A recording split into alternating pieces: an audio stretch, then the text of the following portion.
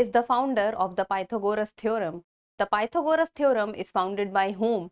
Are the Indian Vedic text responsible for the origin of the Pythagoras theorem? This is all what we will be looking in today's video. Hello and welcome to the In Focus series section of Drishti IAS. I am Aisha Singh, and in today's video we will be discussing about the origin of the Pythagoras theorem. So let's see what will be the timeline of the video. First, we will be looking at what is the news. Then, did Pythagoras exist, the theorist and who is considered to be the founder of the Pythagoras theorem. Then, what is Pythagoras theorem? Indian mathematicians from the Vedic period, were they aware about the Pythagoras theorem or not? Then, the equation discussed in the Sulba Sutra. Then, we will be looking at what are Vedas, and in the end we will be looking into a prelims MCQ. This topic is of relevance from General Studies paper 1, Ancient Indian History. So let's look at the news, and this news has been taken from the Indian Express, and it reads: Pythagorean geometry in Vedic era text centuries before Pythagoras. So the important word here is Pythagorean geometry. What is the origin of the Pythagoras theorem? So what nowadays is going in news is that the Karnataka government has recently uploaded a paper, a position paper on the national education policy, and they have again revived our discussion about the origin of the Pythagoras theorem. So what the position paper is saying, that the Pythagoras theorem was already known to Indians from the Vedic times. So the position paper which is published by the Karnataka government is saying that the Pythagoras theorem were known to Indian since the Vedic time, and it describes Pythagoras theorem as fake news and the so-called Pythagoras theorem. So what the position paper by the Karnataka government is saying, that the Pythagoras theorem is a fake news and a so-called Pythagoras theorem.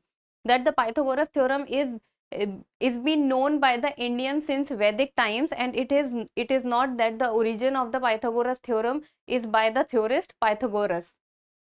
So the Pythagoras theorem is disputed in many international forums.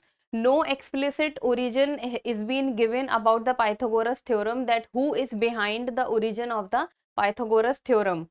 And Bodhayana Sulba Sutra, it specifies shlok which refers to the Pythagoras theorem. So Bodhayana Sulba Sutra, it has certain text in it which talks about the Pythagoras theorem. So now let's see that did Pythagoras exist? See, the evidences suggest that the Greek philosopher Pythagoras did exist between 570 and 490 BC, but there is an element of mystery around him, as the secretive nature of the school or the society which he founded in Italy. The school or the society which he founded was of very secretive nature. Not many people know much about it, and there is nothing today of his own writing. So Pythagoras' own writing also does not exist in today's time. So explicitly nothing has been given that what is responsible, that the Pythagoras was behind the origin of the Pythagoras theorem.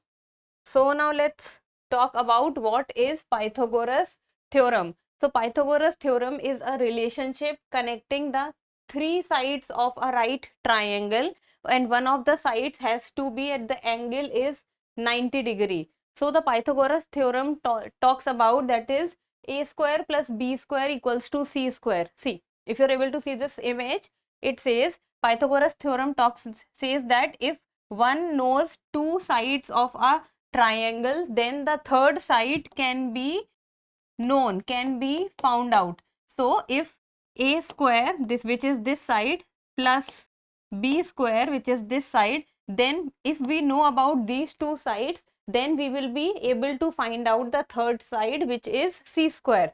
So the formula becomes a square plus b square equals to c square.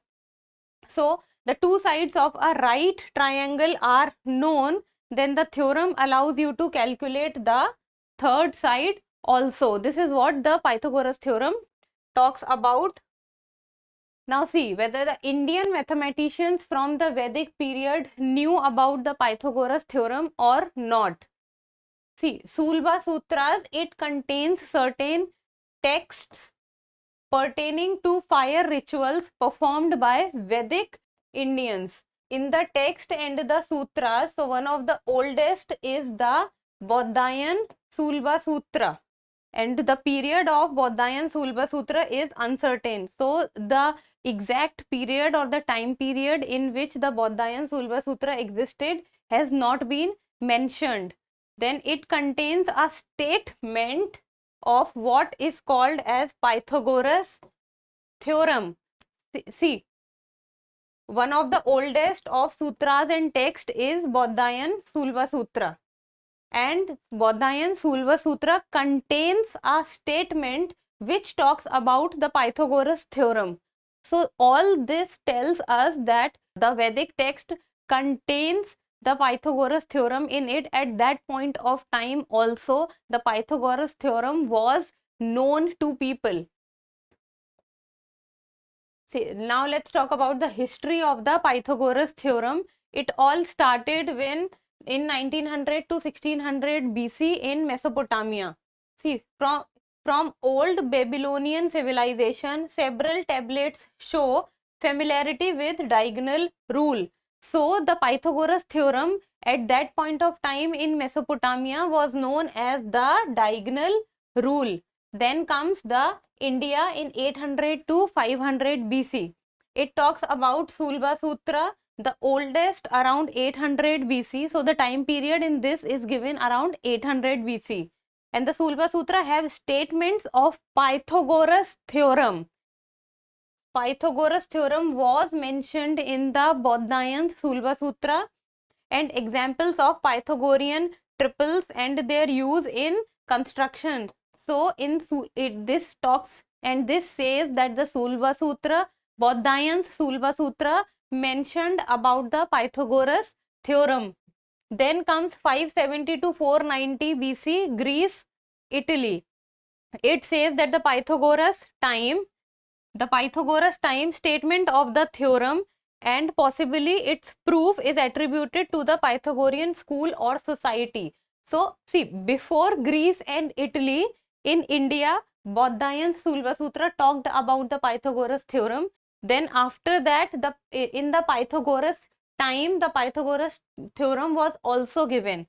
Then after that, in around 300 BC in Greece, axiomatic proof of Pythagoras theorem was published. So explicitly the Pythagoras theorem was also talked in Greece in around 300 BC.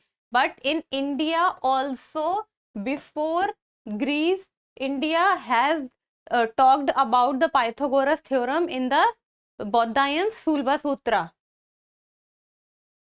So now let's talk about the equation which is discussed in the Sulba Sutra, that what is it that talks about the Pythagoras theorem.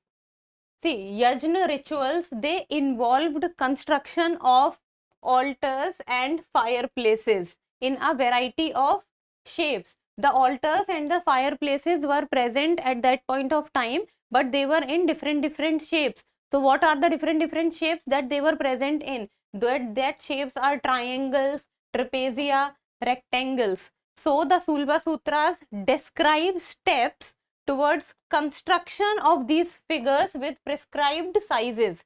See, the fire altars and the altars, they were in a variety of shapes that was present there, and the shapes was triangle, trapezia and rectangles.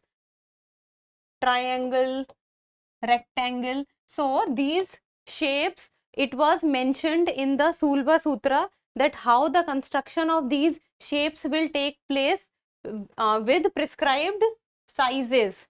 So it contained the manner in which it can be made. So the Pythagoras equation comes into play in these procedures which involve drawing perpendiculars.